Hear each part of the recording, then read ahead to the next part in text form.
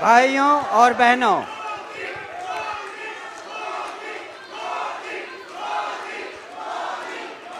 हमारे देश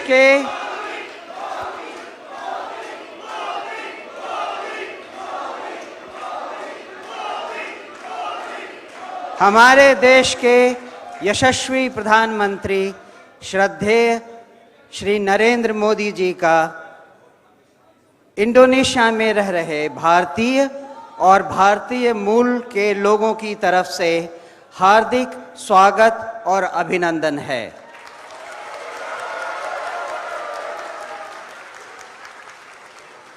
श्रीमान, आपने अपने अत्यंत व्यस्त कार्यक्रम से समय निकालकर इस मुलाकात में हमारे साथ आए, इसके लिए हम आपका हार्दिक धन्यवाद करते हैं।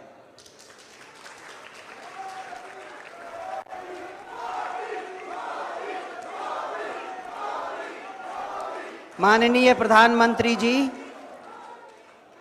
यहाँ हर कोई आपसे मिलने को उत्सुक है, क्योंकि हम सबको यहाँ मालूम है कि हाल में भारतीय अर्थव्यवस्था का विकास और विश्व में उसकी बढ़ती साख के पीछे आपके बनाए हुए दूरदर्शी नीतियों और उनके सफल कार्यान्वयन का कितना भाग रहा है। आदरणीय प्रधानमंत्री जी, इस भारतीय समुदाय की बहुत सारी विशेषताएं हैं, लेकिन उसमें मैं एक का आपके सामने उल्लेख करना चाहूँगा। इंडोनेशिया में हमारा यह भारतीय समुदाय बहुत आदर और सम्मान से देखा जाता है, क्योंकि इंडोनेशिया में हर भारतीय एक एम्प्लॉयमेंट जनरेट करने वाला माध्यम माना जाता है। ये सारे लोग, हर आदमी जो यहाँ हैं, कुछ न कुछ स्थानीय नागरिकों को एम्प्लॉयमेंट प्रदान करते हैं। हम यहाँ एम्प्लॉयमेंट जनरेट करने के लिए जाने जाते हैं, न कि एम्प्लॉयमेंट खोजने के लिए। ये हमारे लिए एक बहुत गर्व का विषय है। हम सब ये समुदाय आपको सुनने के लिए बहुत बेताब हैं। हम सबसे पहले दोनों देशों के राष्ट्रगान के सम्मान में खड़े होंगे। तत्पश्चात मैं आपसे अनुरोध करूंगा कि हम सबको संबोधित करें। धन्यवाद।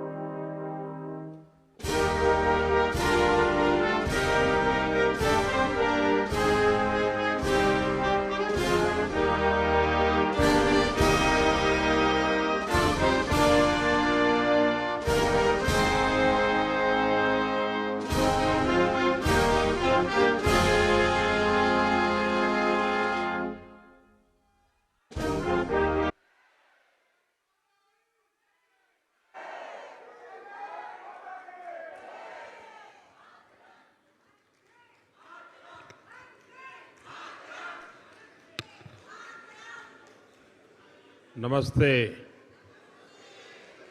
वणक्कम।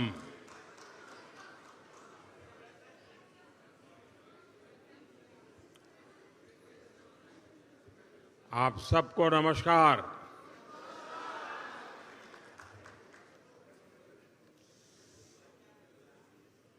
इंडोनेशिया आने के बाद, बाली आने के बाद हर हिंदुस्तानी को एक अलग ही अनुभूति होती है, एक अलग ही एहसास होता है। और मैं भी वही वाइब्रेशंस फील कर रहा हूं।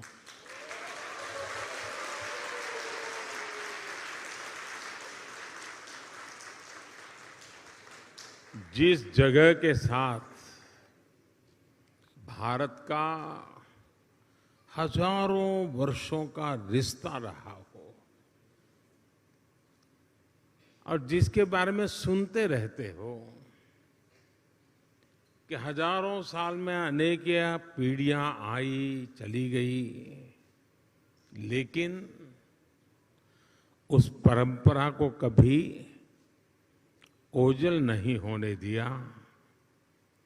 हजारों साल से उस परंपरा को जीना, पीढ़ी दर पीढ़ी उस परंपरा को जानना और हर पल उस परंपरा से जुड़े रहना।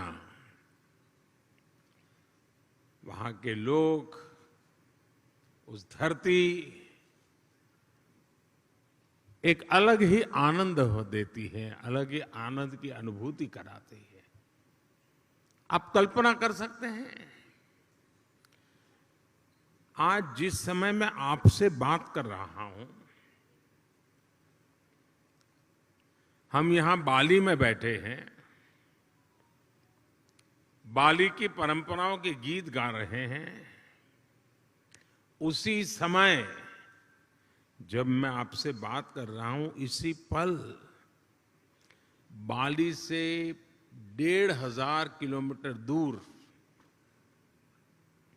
भारत के कटक शहर में महानदी के किनारे बाली यात्रा का महोत्सव चल रहा है, जिसे बाली यात्रा कहते हैं।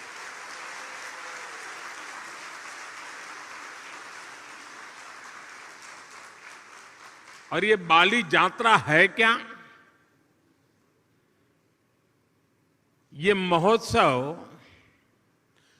भारत और इंडोनेशिया के बीच हजारों वर्षों के ट्रेड रिलेशंस को सेलिब्रेट करता है। इंडोनेशिया के लोग इस बार की बाली यात्रा के फोटो इंटरनेट पर देखेंगे तो उन्हें वाकई गर्व होगा, आनंद होगा, उत्साह से भर जाएंगे। और कई वर्षों बाद, बीच में कोरोना के कारण जो दिक्कतें आई, उसके कारण कुछ रुकावटें आई थी, और अब कई वर्षों बाद बाली यात्रा, ये महोत्सव उड़ीसा में बहुत ही बड़े स्केल पर भव्यता के साथ, दिव्यता के साथ, लाखों लोगों की भागीदारी के साथ, मास पार्टिसिपेशन के साथ अभी मनाया जा रहा है। मुझे बताया गया कि वहां के लोग ये बाली यात्रा के स्मरण में एक स्पर्धा चला रहे हैं। कहते हैं कि कागज के नाव बना करके बहाए जाएंगे, और वो वर्ल्ड रिकॉर्ड करने के मूड में है। इसका मतलब ये हुआ कि उड़ीसा में आज जो लोग इकट्ठा हुए हैं, उनका शरीर वहां है, लेकिन मन बाली में है, आप लोगों के बीच में है। साथियों, हम लोग अक्सर बातचीत में कहते हैं इट्स अ स्मॉल वर्ल्ड, ऐसा ही शब्द है, it's a small world. Bharat और इंडोनेशिया के संबंधों को देखें तो ये शब्द नहीं है, ये हमें सच्चाई नजर आती है, सटीक बैठता है। समंदर की विशाल लहरों ने भारत और इंडोनेशिया के संबंधों को लहरों की तरह ही उमंग से भरा है, जीवंत रखा है। कभी थकान महसूस नहीं हुई, वो लहरें जैसे चलती रहती हैं, हमारा नाता भी वैसा ही जीवंत रहता है।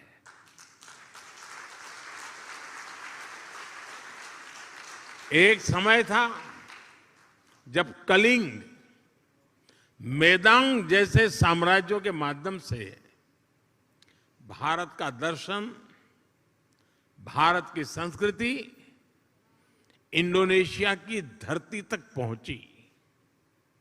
आज एक ये समय है जब भारत और इंडोनेशिया 21वीं सदी में विकास के लिए एक दूसरे के साथ कंधे से कंधा मिलाकर काम कर रहे हैं। इंडोनेशिया की जमीन ने भारत से आए हुए लोगों को प्यार से एक्सेप्ट किया, उन्हें अपने समाज में सम्मिलित किया। इसी वजह से आज आप सभी इंडोनेशिया के विकास और समृद्धि में अपना योगदान दे रहे हैं। हमारे बहुत सिंधी परिवार यहां रहते हैं और भारत से आए हुए हमारे सिंधी परिवार के भाई बहनों ने यहां के टेक्सटाइल सेक्टर में, स्पोर्ट्स गुड सेक्टर में, इतना ही नहीं, फिल्म और टीवी इंडस्ट्री में भी काफी कुछ कंट्रीब्यूट किया है। गुजरात से जुड़े हुए काफी लोग यहां हैं। जेम्स, डायमंड्स, माइंस, इवन खेती, किसानी, उसमें भी वो लोग नजर आते हैं। भारत से आए हुए engineers, chartered accountants, professionals Indonesia के विकास के सहयात्री बने हुए हैं। कितने ही तमिल भाषी कलाकार यहां की संस्कृति, यहां के आर्ट्स को और समृद्ध करने में अपना योगदान दे रहे हैं। मुझे याद है जब 3-4 साल पहले इंडोनेशिया के बप्पा नयोमान न्यू आर्टा जी को भारत ने पद्मश्री से सम्मानित किया था, उस समय भारत का राष्ट्रपति भवन तालियों की गड़गड़ाहट से गूंज। అనురాగానికి అమ్మ ఆదర్శం, ఆరోగ్యానికి Shri Sai homeo stores and clinic. అనుభవం, అర్హత, అంకిత భావం కల డాక్టర్లచే చికిత్స. అన్ని రకాల ఆరోగ్య సమస్యలకు నమ్మకమైన ఎంపిక Shri Sai homeo stores and clinic. Diabetes, కీళ్ల నొప్పులు, సయాటికా, వెన్నుముక సమస్యలు, థైరాయిడ్, నిద్రలేమి, మానసిక సమస్యలు, ఋతు సమస్యలు, అన్ని రకాల దీర్ఘకాలిక వ్యాధులకు ప్రత్యేక హోమియో వైద్యం. అందరికీ అందుబాటులో అంతర్జాతీయ హోమియో వైద్యం Shri Sai homeo stores and clinic. మీ ఆరోగ్య సమస్య ఏదైనా ఇప్పుడు పరిష్కారం సాధ్యం. సైడ్ ఎఫెక్ట్ లేని వైద్యంతో సంపూర్ణ ఆరోగ్యం కొరకు సంప్రదించండి Shri Sai homeo clinic and stores, Bhavani Nagar, Ambedkar Nagar road, old Alwal, Secunderabad. సంప్రదించాల్సిన ఫోన్ నంబర్స్ 9000751751 మరియు 9000422525. ही रहता था। उनकी बनाई कलाकृति गरुड़, विष्णु, केनकाना का कोई शायद हिंदुस्तानी ऐसा नहीं होगा जो उसकी प्रशंसा न करता हो। ऐसे ही इंडोनेशिया के वायन दिव्या और आगुस इंदिरा उदयन जी, उनको जब पद्म सम्मान मिला था तो मुझे उनके बारे में काफी कुछ जानने का, निर्णय करने से पहले मुझे काफी कुछ उनके विषय में जानने का मौका मिला। आगुस इंदिरा उदयन जी, आप भली भांति परिचित हैं उनसे, और आज यहाँ मौजूद भी हैं। वो बाली में महात्मा गांधी के विचारों को आगे बढ़ाने के लिए जी जान से जुटे हुए हैं।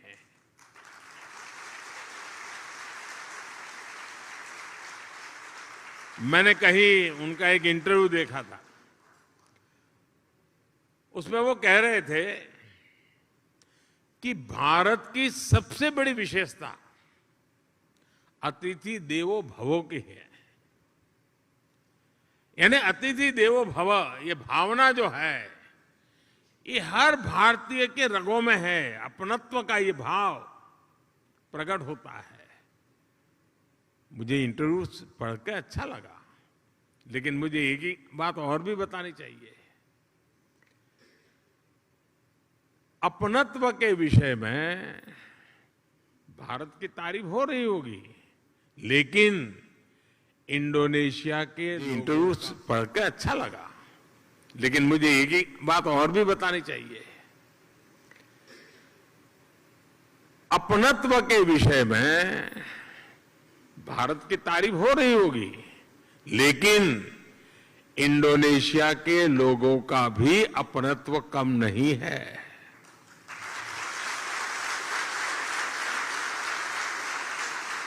जब मैं आप पिछली बार जाकार्ता में आया था, इंडोनेशिया के लोगों ने जो स्नेह दिया, जो प्यार दिया, मैंने उसे करीब से देखा था, महसूस किया था। इतना मान, सम्मान, प्यार, स्नेह, अपनापन, क्या कुछ नहीं था। और मुझे याद है राष्ट्रपति जोको विडोडो जी के साथ पतंग उड़ाने में मुझे जो मजा आया था, हम दोनों पतंग उड़ाने चले गए थे, वो अद्भुत था। और मेरी तो गुजरात में संक्रांति पर पतंग उड़ाने की बड़ी ट्रेनिंग रही है। और मुझे पता है यहां इंडोनेशिया में भी संक्रांति पर खूब पतंग उड़ाई जाती है। यहां पास में, और ऐसा नहीं है कि भारत और इंडोनेशिया का साथ सिर्फ सुख का है, आनंद का है, अच्छा है तब नाता है, ऐसा नहीं है। हम सुख दुख के साथी हैं। अगर सुख में साथी हैं तो हम दुख में भी उतने ही साथी हैं। हम सुख दुख में एक दूसरे के सुख दुख को बांटने वाले लोग हैं। जब 2018 में इंडोनेशिया में इतना बड़ा भूकंप आया तो भारत ने तुरंत ऑपरेशन समुद्र मैत्री शुरू किया था। इसलिए ही उस साल में जकार्ता आया था, और तब मैंने एक बात कही थी। मैंने कहा था कि भारत और इंडोनेशिया में 90 नॉटिकल मील का फासला भले हो, लेकिन हकीकत तो ये है हम 90 नॉटिकल मील दूर नहीं है, हम 90 नॉटिकल मील पास है।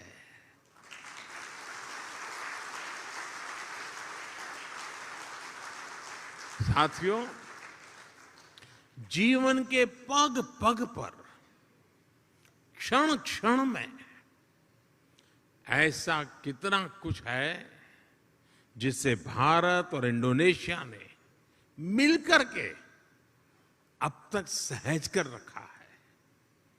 बाली की ये भूमि महर्षि मार्कंडेय और महर्षि अगस्त्य के तप से पवित्र है। भारत में अगर हिमालय है तो बाली में आगुंग पर्वत है। भारत में अगर गंगा है तो बाली में तीर्थगंगा है। हम भी भारत में हर शुभ कार्य का श्री गणेश करते हैं। यहां भी श्री गणेश घर घर विराजमान है। सार्वजनिक स्थानों पर शुभता फैला रहे हैं। पूर्णिमा का व्रत, एकादशी की महिमा, त्रिकाल संध्या के जरिए सूर्य उपासना की परंपरा, मां सरस्वती के रूप में ज्ञान की आराधना, अनगिनत चीजें हम कह सकते हैं। ऐसी बहुत सी बातें हैं जो हमें जोड़े रखती हैं, जोड़ती रहती हैं। बाली का जन जन महाभारत की गाथाओं के साथ बड़ा होता है। और मैं तो द्वारकाधीश भगवान कृष्ण की धरती गुजरात से यहां पला बड़ा हूं। मेरा तो जीवन में ही बीता हुआ है। बाली के लोगों की जैसी आस्था महाभारत के लिए है, भारत में लोगों की वैसी आत्मीयता बाली के लोगों के लिए भी है। आप यहां पर भगवान विष्णु और भगवान राम की आराधना करते हैं, और हम जब भारत में भगवान राम की जन्मभूमि पर भव्य राम मंदिर की नींव रखी जाती है, तो इंडोनेशिया की रामायण परंपरा को भी गर्व से याद करते हैं।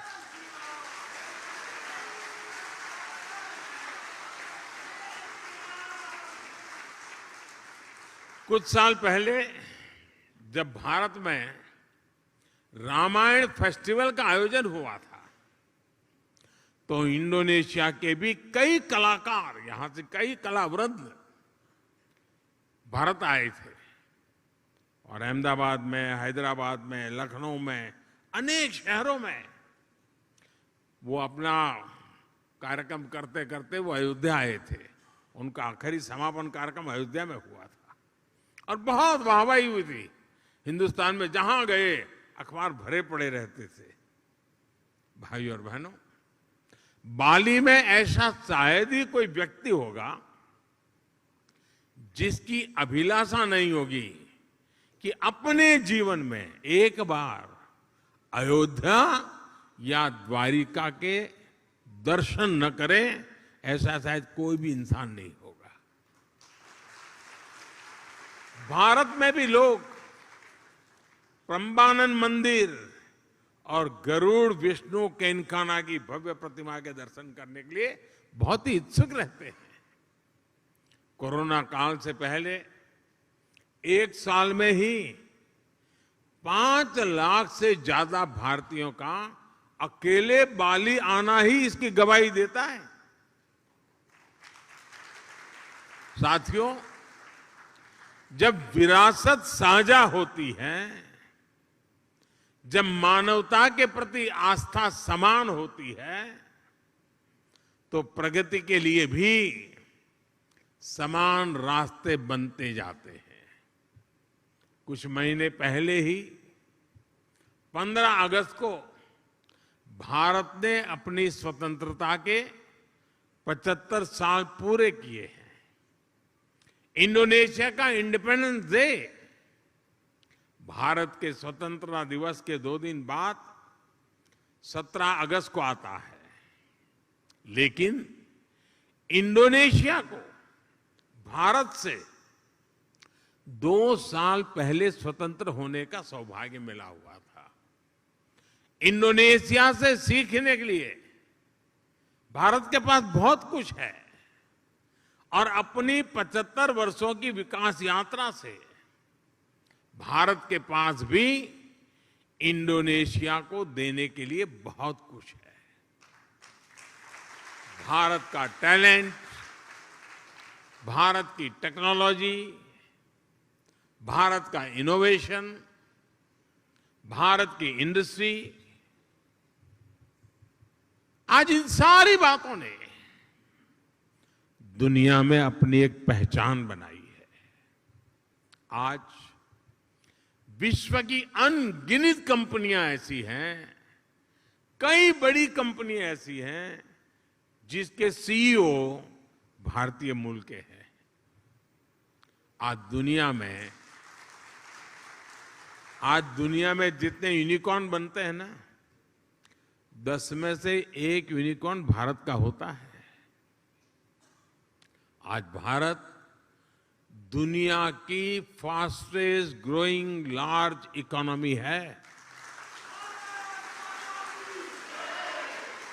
आज भारत डिजिटल लेन देन में दुनिया में नंबर 1 है। आज भारत ग्लोबल फिनटेक के मामले में दुनिया में नंबर 1 है। आज भारत आईटी बीपीएन के लिए आउटसोर्सिंग में दुनिया में नंबर 1 है। आज भारत स्मार्टफोन डेटा कंजम्पशन में दुनिया में नंबर 1 है। आज भारत कितनी ही दवाइयों की सप्लाई में, अनेकों वैक्सीन की मैन्युफैक्चरिंग में दुनिया में नंबर 1 है। साथियों, 2014 के पहले और 2014 के बाद के भारत में बहुत बड़ा फर्क जो है,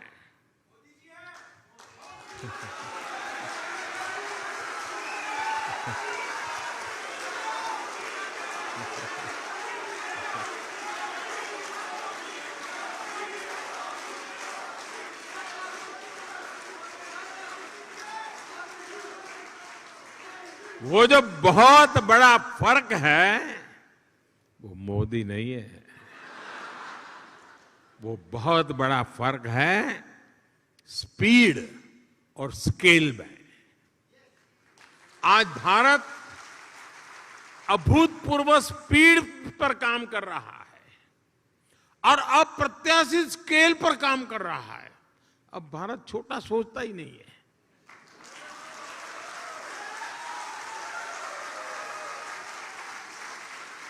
स्टैच्यू बनाएगा तो दुनिया में सबसे बड़ा, स्टेडियम बनाएगा तो दुनिया में सबसे बड़ा। 2014 के बाद से भारत ने 320 मिलियन से अधिक बैंक अकाउंट खोले हैं, बैंक में खाते खोले हैं।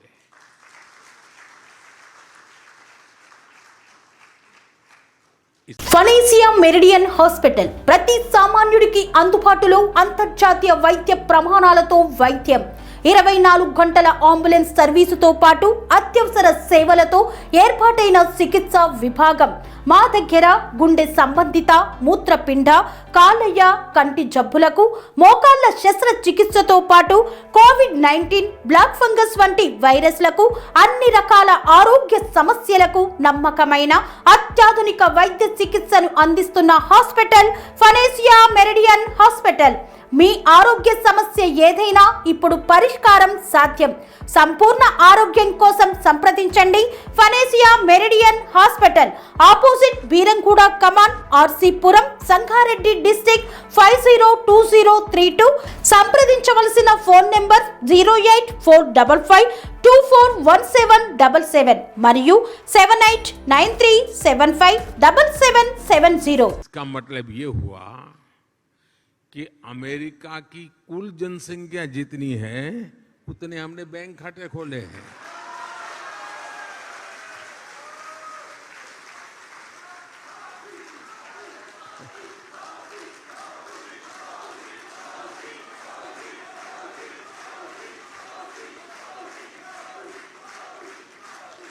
दो 2014 के बाद से भारत ने करीब 3 करोड़ गरीब नागरिकों के लिए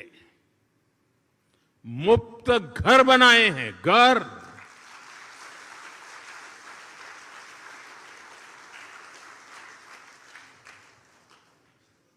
और घर ऐसे नहीं बनता है, जब घर मिल जाता है ना तो इंसान रातों रात लखपति बन जाता है। और जब मैं 3 करोड़ घर की बात करता हूं, उसका मतलब क्या है? इसका मतलब यह है कि ऑस्ट्रेलिया के परिवार को नहीं, ऑस्ट्रेलिया के हर नागरिक को घर मिल जाए, इतने घर बनाए हैं।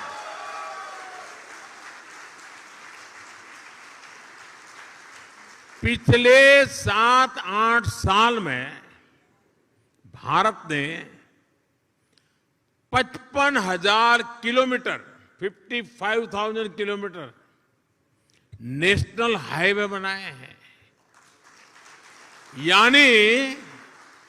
यानी स्केल बता रहा हूं मैं,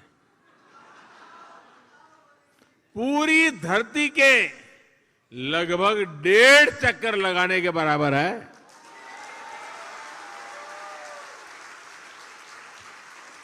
आज भारत आयुष्मान भारत योजना के तहत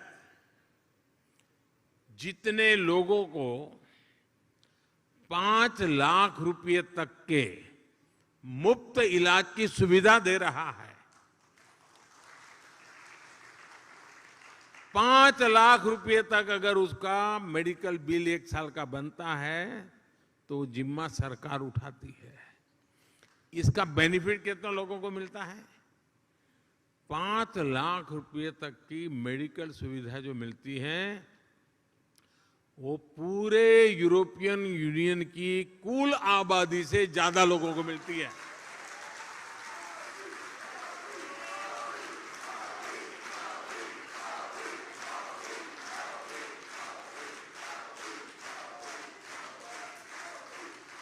कोरोना काल में भारत ने जितनी वैक्सीन डोज अपने नागरिकों को लगाई और मुफ्त में लगाई,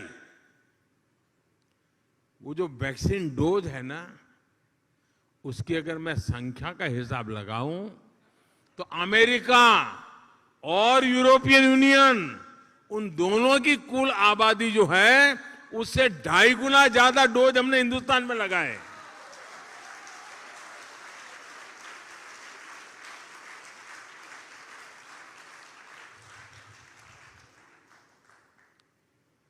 ये जब सुनते हैं तो आपका सीना चौड़ा होता है कि नहीं होता है? आपको गर्व होता है कि नहीं होता है? आपका माथा ऊंचा होता है कि नहीं होता है? और इसलिए मैं कहता हूं कि भारत बदला है। साथियों, आज का भारत अपनी विरासत पर गर्व करते हुए, अपनी विरासत को समृद्ध करते हुए, जड़ों से जुड़े रह करके आसमान छूने के लक्ष्य के साथ विकसित भारत बनाने के लक्ष्य को लेकर के अब निकल पड़ा है।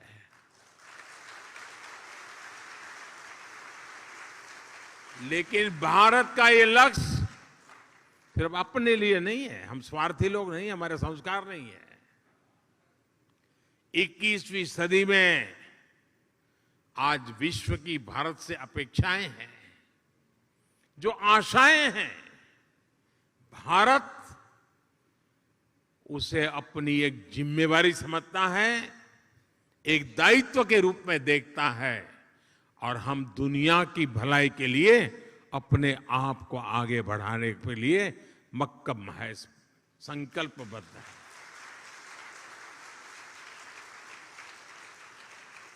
आज अपने विकास के लिए भारत जब अमृत काल का रोडमैप तैयार करता है तो उसमें दुनिया की आर्थिक राजनीतिक आकांक्षाओं का भी समावेश है। आज जब भारत आत्मनिर्भर भारत का विजन सामने रखता है तो उसमें ग्लोबल गुड की भावना भी समाहित है। रिन्यूएबल एनर्जी के क्षेत्र में भारत ने 1 सन 1 वर्ल्ड 1 ग्रिड का मंत्र दिया है।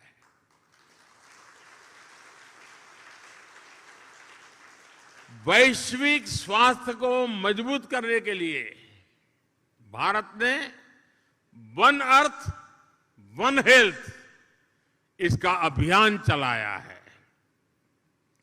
क्लाइमेट चेंज जैसी चुनौती से निपटने के लिए और जो आइलैंड कंट्रीज होते हैं उनके लिए तो भारत एक वरदान के रूप में काम कर रहा है। क्लाइमेट चेंज की जो मुसीबतें हैं उसको निपटने के लिए भारत ने विश्व को मिशन लाइफ का समाधान दिया है। मिशन लाइफ यानी lifestyle for environment. Mission life यानी पृथ्वी के प्रत्येक नागरिक द्वारा ऐसी लाइफस्टाइल को आत्मसात करना जो पर्यावरण के अनुकूल हो, जो क्लाइमेट चेंज की चुनौती से हर पल निपटती हो। आज जब पूरा विश्व एनवायरमेंट फ्रेंडली और होलिस्टिक हेल्थ केयर की तरफ आकर्षित हो रहा है तो भारत का योग, हमारा आयुर्वेद ये पूरी मानवता के लिए तोहफा है। और साथियों, जब आयुर्वेद की बात आई है तो मुझे भारत इंडोनेशिया के एक और जुड़ाव का ध्यान आ रहा है। मुझे याद है जब मैं गुजरात का मुख्यमंत्री था तो गुजरात आयुर्वेदिक यूनिवर्सिटी और यहाँ की यूनिवर्सिटीज हिंदू इंडोनेशिया इसके बीच समझौता हुआ था। मुझे खुशी है कि इसके कुछ ही वर्ष बाद यहाँ की इस यूनिवर्सिटी में आयुर्वेद हॉस्पिटल की भी स्थापना हुई। साथियों, वसुधैव कुटुंबकम यानी पूरे विश्व को एक परिवार मानने की भारत की यही भावना, यही संस्कार विश्व कल्याण का मार्ग प्रशस्त करते हैं। कोरोना काल में हमने देखा है भारत ने दवाइयों से लेकर वैक्सीन तक जरूरी संसाधनों के लिए आत्मनिर्भरता हासिल की और उसका लाभ पूरी दुनिया को मिला। भारत की सामर्थ्य ने कितने ही देशों के लिए एक सुरक्षा कवच का काम किया। इंडोनेशिया जैसे हमारे पड़ोसी और मित्र देशों के लिए हम विशेष रूप से कंधे से कंधा मिलाकर खड़े हुए। इसी तरह आज भारत अंतरिक्ष में, स्पेस के क्षेत्र में प्रमुख वैश्विक महाशक्ति के रूप में उभर रहा है तो उसका लाभ साउथ एशियन देशों को विशेष रूप से मिल रहा है।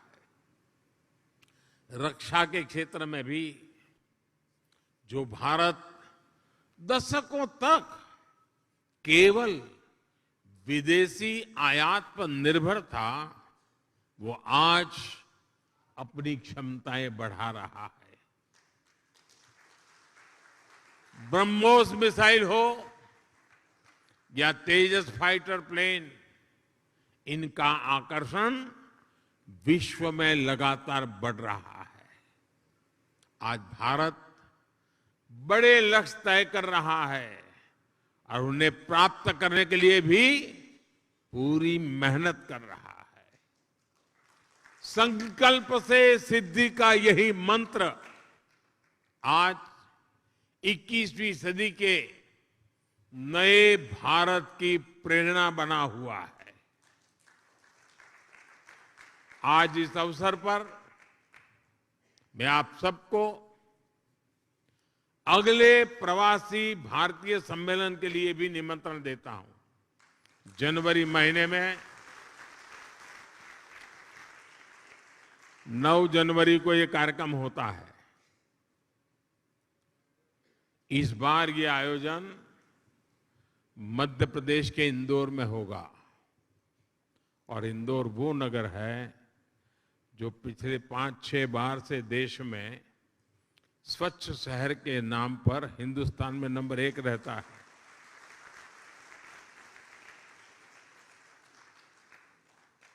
और इसलिए आप इंदौर के प्रवासी भारतीय कार्यक्रम में जरूर जुड़िए। अपने निजी काम से लिए आ रहे हैं तो भी तारीख उसके साथ एडजस्ट कीजिए। और जब आप इंदौर आएंगे तो उसके 1-2 दिन के बाद ही अहमदाबाद में काइट फेस्टिवल होता है। इंडोनेशिया वाले काइट फेस्टिवल में न जाए ऐसा हो सकता है क्या? और जब आप आए अकेले मत आना, सिर्फ अपने परिवार को ही लेकर के आकर के रुक मत जाना। कुछ इंडोनेशियन परिवारों को भी साथ ले आइए।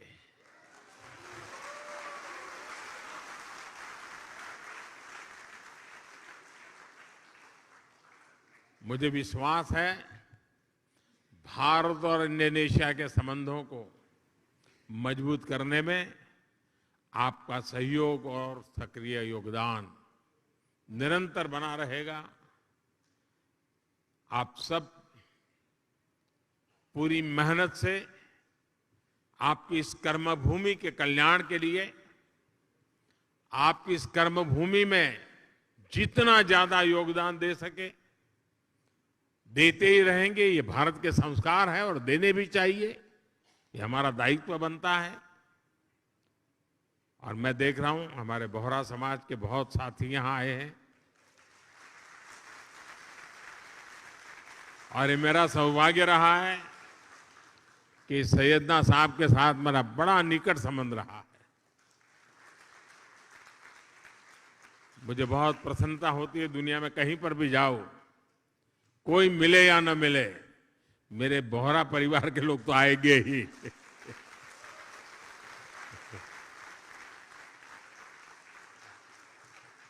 साथियों, आप इतनी बड़ी तादाद में यहां आए, समय निकाल करके आए और उमंग और उत्साह से भरे हुए हैं। और मैं देख रहा हूं कि उड़ीसा में बाली यात्रा में जितना उमंग है उतना ही उमंग यहां नजर आ रहा है मुझे।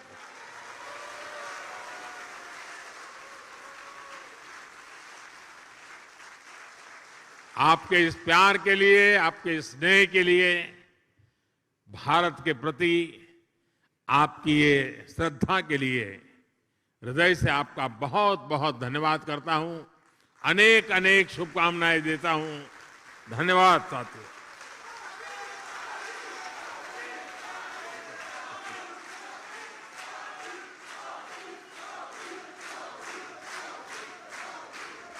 Sun Life multi speciality hospital ప్రజలకు నిరంతర వైద్య సేవలు అందిస్తున్న hospital. Diabetology, stem cell physician లో ఇండియాలోనే మొదటి డాక్టర్ గా పేరుగాంచిన డాక్టర్ విజయ్ భాస్కర్ గారు అత్యాధునిక విజ్ఞాన పరిజ్ఞానంతో అంతర్జాతీయ ప్రమాణాలతో సామాన్యులకు సైతం అందుబాటులోకి తెచ్చారు Sun Life multi speciality hospital ను. అనుభవజ్ఞులైన వైద్యులతో అన్ని రకాల వైద్య సేవలు, ఆపరేషన్స్, సర్జికల్ ఎమర్జెన్సీలు, ప్లాస్టిక్ సర్జరీలు, చికిత్స అందించనున్నారు. 24 గంటలు అందుబాటులో ఫార్మసీ మరియు అంబులెన్స్ సౌకర్యం కలదు. సంప్రదించండి Sun Life multi speciality hospital, Dhammaiguda. Contact number 8121678234, 9700971100.